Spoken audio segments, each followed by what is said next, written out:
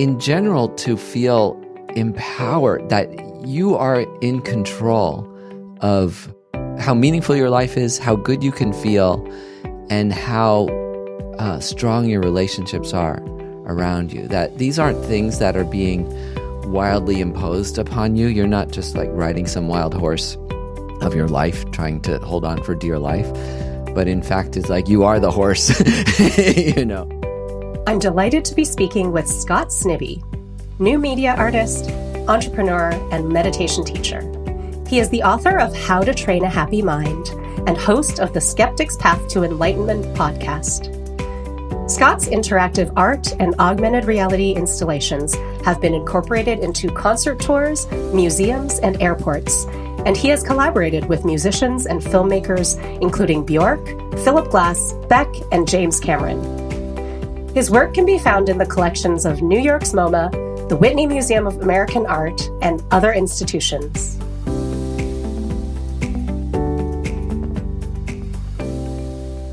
Scott, welcome to the show. Thanks, Jessica. I'm really pleased to be here. I'm marveling at our path to getting to this interview.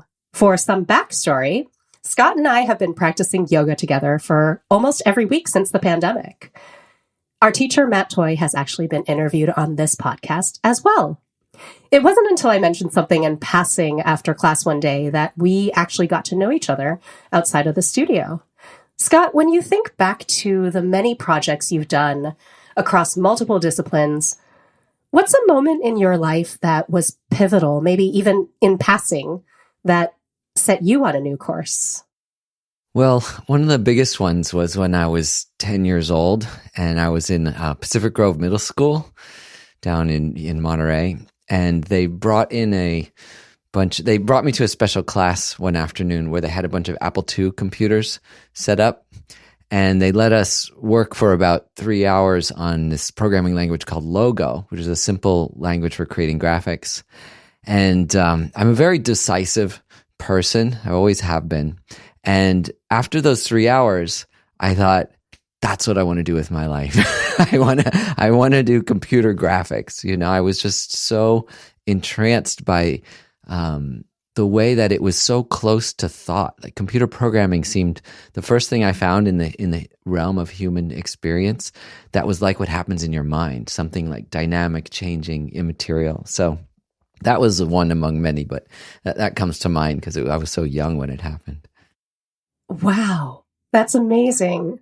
You've been quite successful in the art world, and it's kind of notorious that finding success as an artist is pretty challenging and tricky. What has helped you in your career as a new media artist? I mean, you know what helped me was my parents are both artists, you know, sculptors. And they were, both of their parents were a bit heavy-handed in terms of trying to direct their children's careers. My dad's father was a modern architect who studied with Walter Gropius, like one of those very huge ego artists of the 50s and 60s. He really wanted my dad to be an architect. My mom's parents were more kind of like Jews that were raised into, managed to crawl their way up to a cultured life in New York City and really wanted something very conservative and safe for their daughters. So my parents always said, do whatever you want. They felt really boxed in by their parents. So they just said, do whatever you want with your life. We'd be happy if you're a truck driver or, a scientist. And I think that's one of the key things is like to just follow your passion and what you love. I was raised with 2 art studios in my house, a plastic shop and a wood shop.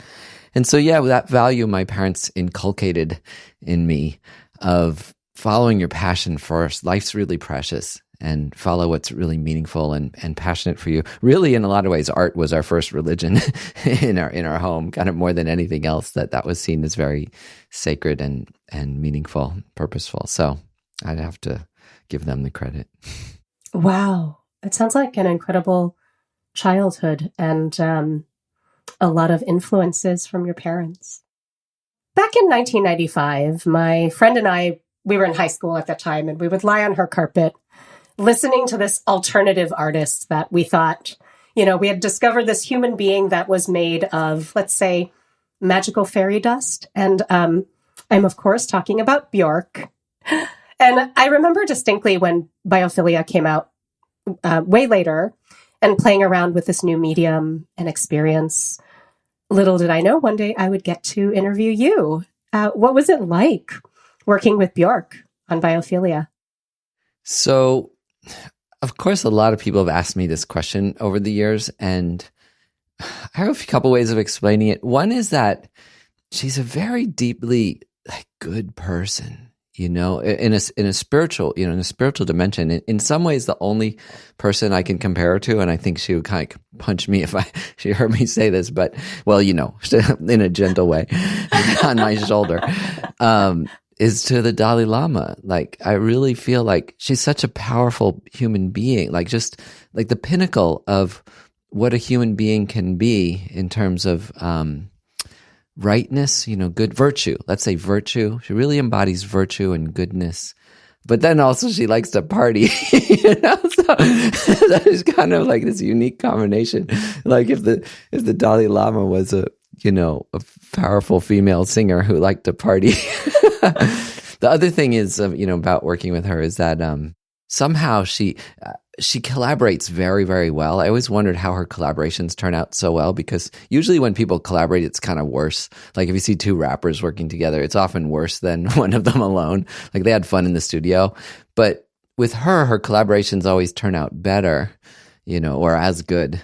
And so I wanted to watch really closely how she worked. And what I noticed, she's very gentle in her feedback. Like I'd bring her something and she'd say, oh, let me think about that, So it took me a little while to learn let me think about that meant basically like hell no.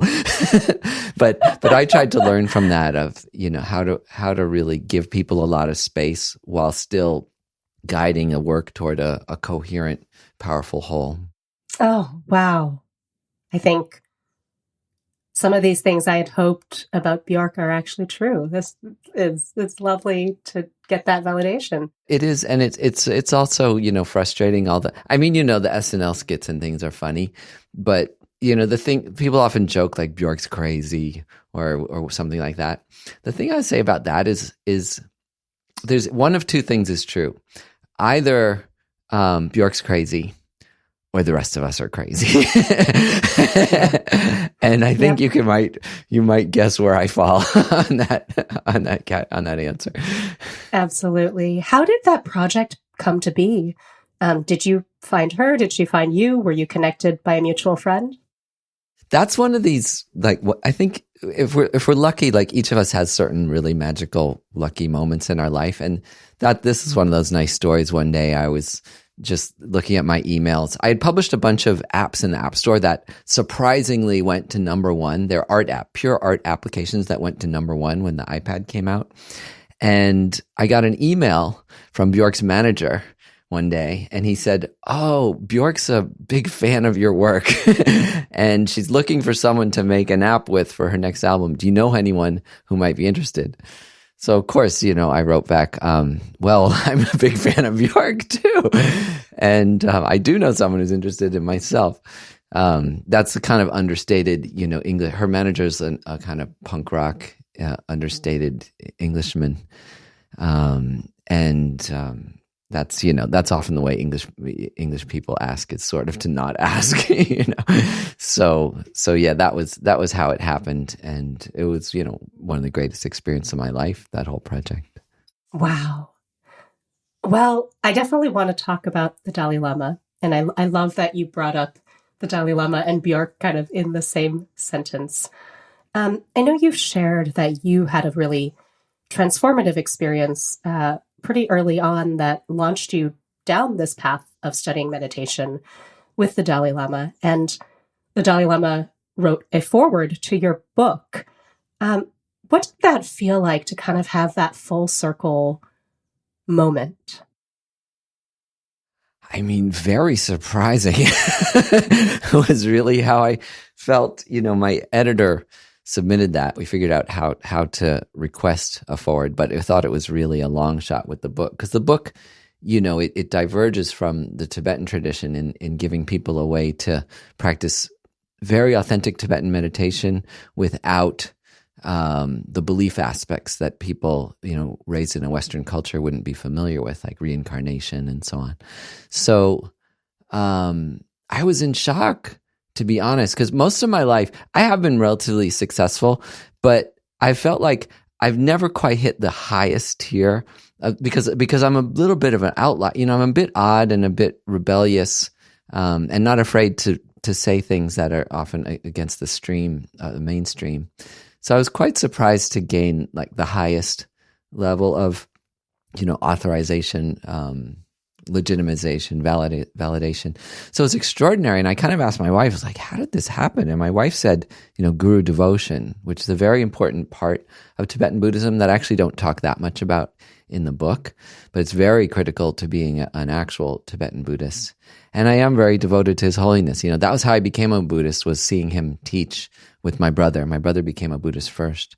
And I was just so moved by his embodied being, like knowing what he'd gone through with a genocide against his own people. And yet he was still so compassionate to the Chinese. He said, if we kill one Chinese person, we make 100 enemies. So we have to always be nonviolent, no matter how much violence is turned against us. So yeah, I was in total shock when it happened, and very, very grateful. His office also offered numerous corrections to the book, which I appreciated, which helped make me. But the biggest thing I feel is like fantastic. I really didn't want to make a book that was inauthentic or somehow messed up the teacher, conveyed them in a way that wasn't accurate. So I felt like with that final pass through the book, his office read the whole thing, that I can stand behind the content more, that, I feel like enough people, including His Holiness's office, went over it, that it's beneficial and as authentic as it can be,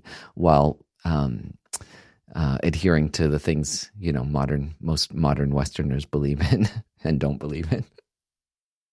Yeah, absolutely. Meditation for me has been something that I have kind of struggled with for many years, thinking, oh, this could be a benefit, but it was really, really hard. And your book has actually transformed my own openness towards it. And something I've been thinking about recently as I do more interviews with ampersands is that we are actually the ideal people to kind of open the door to new places like modern art or opera or Buddhist meditation in a gentle and supportive way, because we actually do straddle these worlds. What do you hope people will gain from both your podcast and the book? Well, I want to mention one thing about what you said, because I researched this once.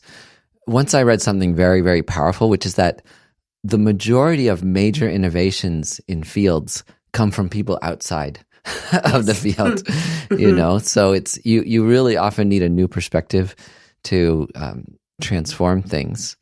But in terms of what I'd want people to get out of the podcast and the book, in general, to feel empowered, that you are in control of how meaningful and how good and how meaningful your life is, how good you can feel, and how strong your relationships are around you. That these aren't things that are being wildly imposed upon you. You're not just like riding some wild horse of your life, trying to hold on for dear life. But in fact, it's like you are the horse, And so I think that's the thing, is that, of course, huge amounts of things happen to us. We actually really can't control most of the things that happen to us, but we can control how we react to them. And it takes time, it takes energy, and it takes learning quite a different way of thinking than we learned in school and that our culture taught us. But if you can learn, this a dozen different ways of looking at your mind and the world and other human beings, you can transform your life for the better and really feel like you are in control of your mind and your life, and your happiness, your joy, your interconnection. And it's so important these days when, there is, if you really want to look for it, there is a lot to despair and worry about. And and life is so fast moving, right? So I think that what you offer the world is the ability to really tap into that inner wisdom and calm amidst a lot of chaos.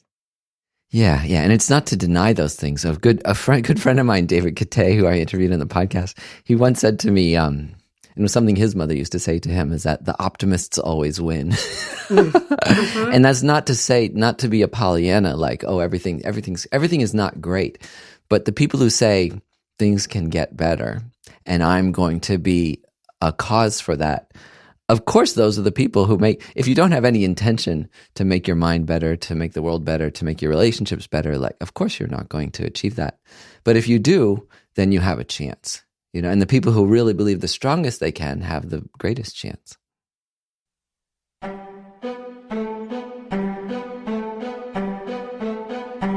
Let's take a moment to reflect on this question. What's your intention for making the world a better place?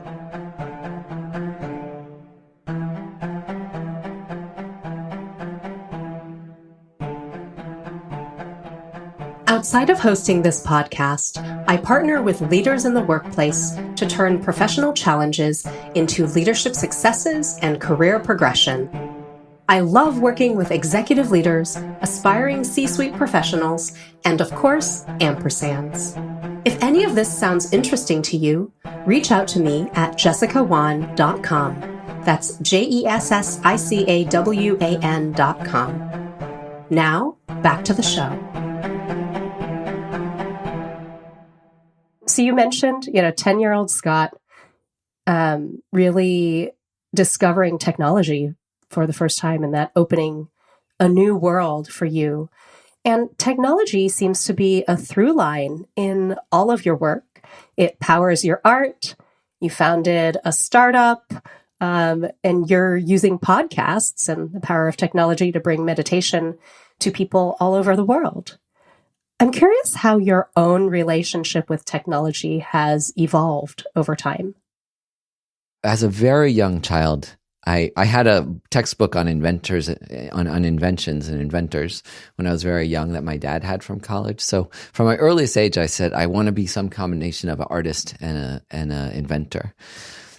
So, technology just struck me. It's like extraordinary. This way that we're extracting something that you can sort of like distill out of nature and the laws of the universe that isn't naturally there, but that's somehow present in the laws of the universe, like steam engines. When I was young, looking at just steam engines and television and, and things like that.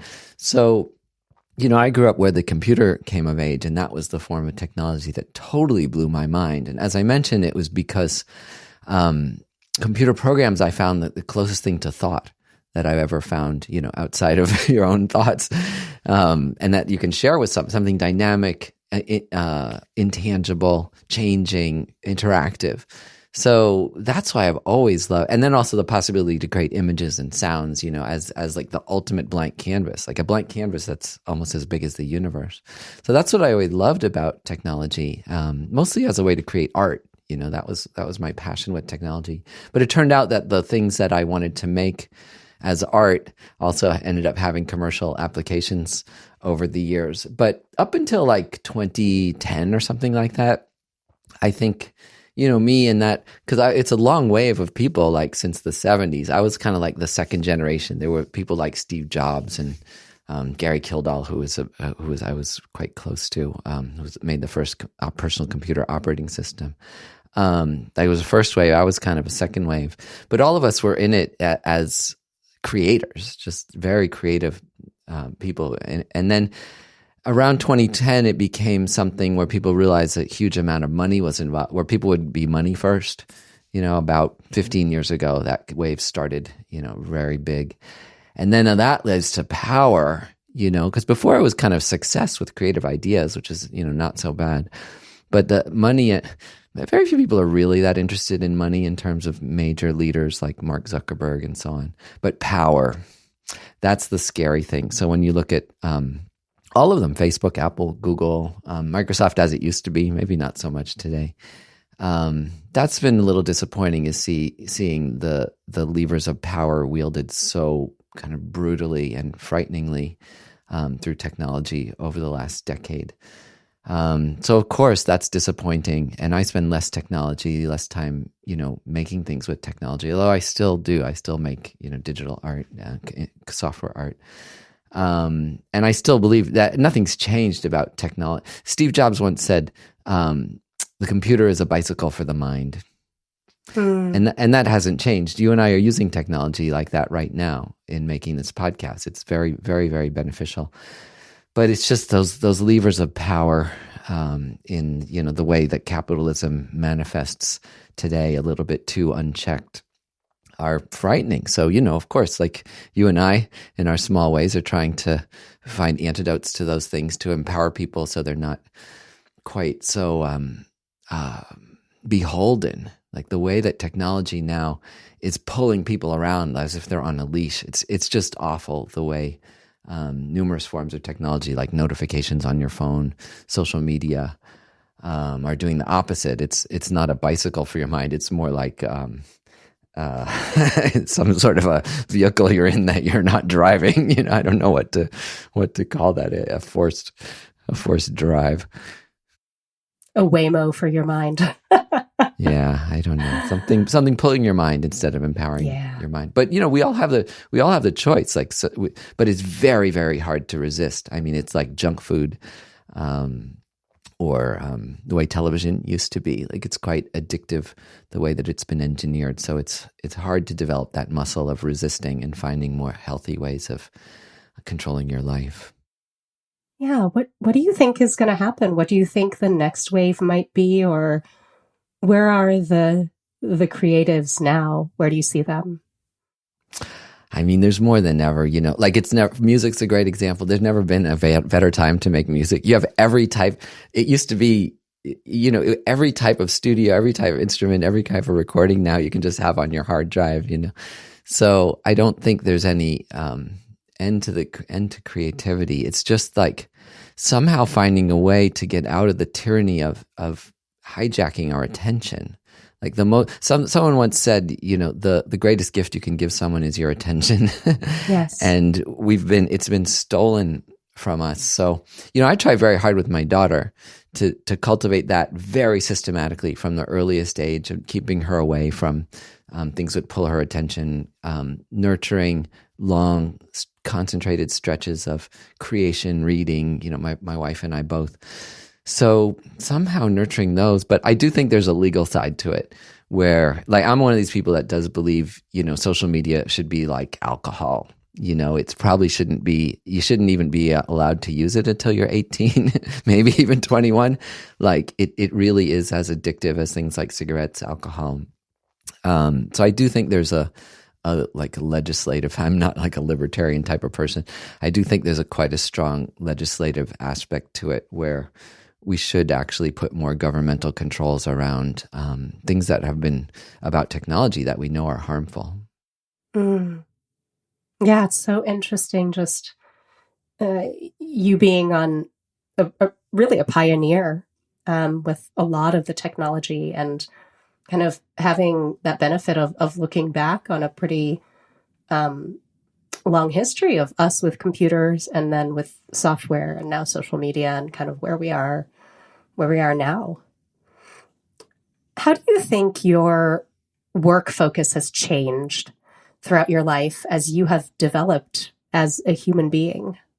Well, joy has been a through line through the whole thing. Is as I was an artist in technology, I always wanted to make experiences that just brought people a huge amount of joy and ripped them out of regretting the past or planning the future. You're really not, just to be present. So when I was making a lot of interactive art, or even, certain new types of technology, I was always trying to make people present. And present with each other too. Experiences and technologies that would connect people, make them present with each other, highlight our interdependence. That we're not really separate. That separateness is an illusion. When I was younger, like I said, I was raised with the religion of art. So I kind of really I think over believed in the power of like creativity and empowering people. I ended up probably the most successful like app technology I made was of an early version of TikTok. It wasn't TikTok. It was another program called iGroove. But I think, because the way I was raised, a lot of creative people are this way. They're like, oh, if everyone could just be creative, like, we'll be so happy. I think that's a bit delusional. There's many, many paths to happiness, and there's only a subset of people who find that fulfillment through creation, whether it's music, art, dance, sculpture, whatever. Many people, it's exercise, like, us in our yoga class. But you look at someone like Matt, our teacher, like, oh my gosh, somebody who's just so passionate about movement and a body, and lots of people like that's how they connect to themselves, is through exercise every day. Other people through action, activism and action. Social action is a very big vector in many people's. So I think like learning how differently people satisfy themselves in life, I think that's been probably one of the biggest ways like I've evolved, over that course of time. Seeing the diversity of how people's minds work and how they can feel fulfilled and empowered. Yeah. Presence and attention. I think these are just incredible themes throughout your art, entrepreneurship, and of course with meditation. What advice do you have for people who are pursuing or thinking of pursuing an ampersand life? It sounds like you decided really early you were going to do it, but what about somebody who isn't sure how to achieve that? So this is a question people have asked me my whole life in different ways. And, I've given lots and lots of talks, and I would not change my answer, which is that master one thing first. Because I know that may sound like a funny answer, but if you haven't mastered something, then you don't know what it is to master something. That sounds really obvious, but you have to become great at something first to become great at two things later. Once you've mastery generally takes, they say, like 10,000 hours. There's this famous kind of Malcolm Gladwell, popularization of research. And it's generally quite true, like playing the violin, learning a language, like I did that with computers by the time I was like 19. Like I could sit down at to the point where you just sit down on a blank screen and you could write a program to do something, without any references or anything. So I think that's what I would say is like the people who don't do that, I see them never really achieving the success that they want for themselves. Like it's quite important to take one thing, get to mastery for it. But once you know how to master something, it's easier to translate that to something else, something else, something else. So that would be my advice is make sure you go deep with something first in your life, and then, add on to it. Mm-hmm. So you know how to master something. That's great. Through these interviews, we're co-creating the Ampersand Manifesto, which are principles for leading a multi-passionate life. What would you like to add to the manifesto? One would be like, and this does really come from Buddhism, is like when you make a decision in life or say something, do something, try to make it of benefit to others. So as you're trying to decide whether, because in our society, it's biased towards gain, like increasing your reputation. It's almost a given. Like when you start talking to people, they're like, oh, which will make me the most money? Which will make me the most reputation? Which will get me that promotion? I think if you can change the evaluation function of how you decide what to do, to whether it will be a benefit, and to say or do the thing that will be most beneficial to people, including yourself, not excluding yourself, but to everybody involved. I think that makes your life a lot better. And the counterpoint of that, the second point I have to say is actually just a counterpoint to that, which is that I think careerism is one of the most destructive things in society. And I see it so rampant among, me and my cohort of people, that people start to treat their career like a video game. And it's just like, what's the next level? Oh, I have this, then I'm a level 6 employee. Now I should become a manager. Or, oh, I was in a regional gallery show. Now I want to be a gallery, or I won this award and now I want the Academy Award or something like that. If those things would be beneficial, do them. But I see so many people becoming miserable because they're measuring their career against the external achievements on some specific ladder. And when you actually evaluate your mind, when you make those achievements, they don't make you happy. Because what makes you happy is benefiting other people. And so, getting an achievement and bragging about it, it just doesn't end up satisfying you. And it's a privilege to say that, of course, having achieved some things in life. But the meaningful aspects were the relationships, the benefit, the warmth, the connection, that those experiences rolled off. Not the achievement doesn't make you happy. It doesn't make you happy. So to slough off that delusion that achievement will make you happy, I think is very, very beneficial. Not that you shouldn't still seek out achievements, but just check your motivation and pursue the ones that will genuinely benefit yourself and others, and not just the ones that would be the natural next step on your career. I've done this a couple times in my life, and it was very painful. Often the next step that you really need to take in your career is to quit it and to go on to something else. And it's very painful for the web of connections because I've done it a couple times, like with academics, with art in some way, with entrepreneurship, and people their jaws just drop because people's identity is so rolled up in their career. It really freaks them out when somebody leaves because they're like, wait a minute, that's not the important thing. And it's not. It's the connections, the meaning that you create in life. And so I think just looking at that every once in a while, like, what is the right thing to do here? Is it to take this next career step? Is it maybe to stay because this is the right place for me? Or is it to leave and keep challenging myself and do something else entirely? I love this point.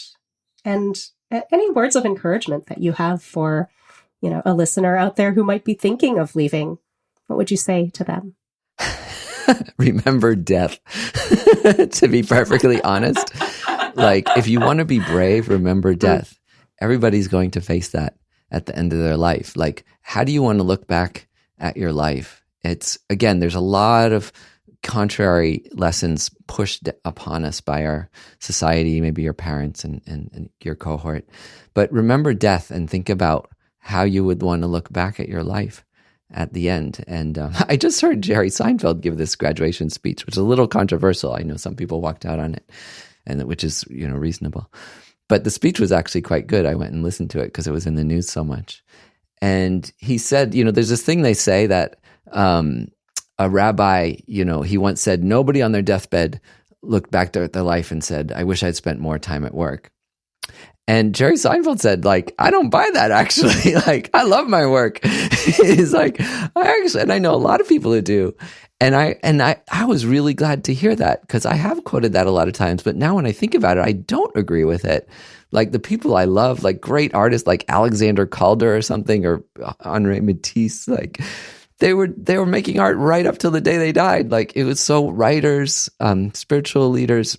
So if you're doing something wonderful with your work in life, then yeah, you wouldn't look back at the end of your life and regret having spent so much time on it, So I thought that was nice from what he said in his speech. I found it quite moving what he said. It's good good advice from Jerry. Jerry Seinfeld is actually quite insightful into the human condition when you go look at his joke. He says his jokes are about nothing, but actually they're about like the very like deepest existential questions of being alive. just wonderful.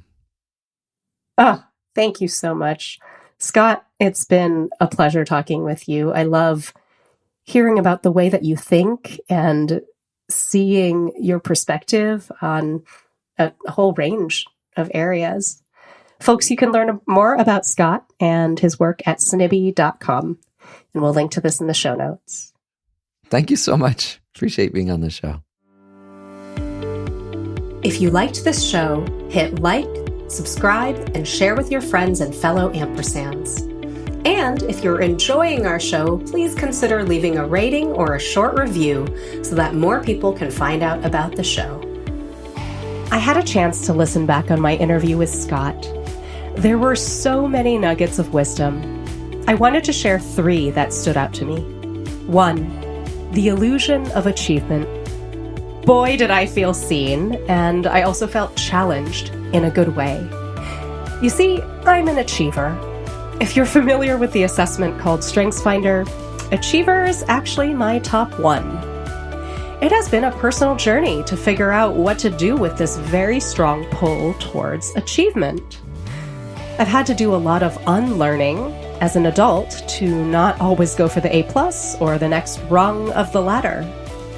I really like what Scott shared about focusing on motivation instead. How is what I'm doing going to benefit people? 2, the gift of attention and presence. It was fascinating hearing from Scott, a pioneer of creation via technology, on the history of how technology has affected and even changed human behavior. This made me reflect on the work I've chosen to do, giving full attention to another human being in coaching sessions. It's really a gift, not just for my clients, but also for me. 3, I think it's just marvelous that Scott knew he wanted to be an ampersand at an early age. And it's not that uncommon.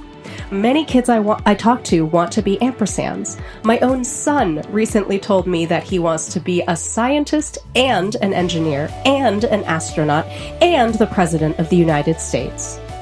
Why not? I don't think the problem is that kids don't want to be ampersands. I think the problem is that we adults steer them into one path, typically the one that seems like it will provide more security. What if we didn't do this? What if kids said they wanted to be ballerinas and doctors, and we just said yes? Like if the Dalai Lama was a powerful female singer who liked to party.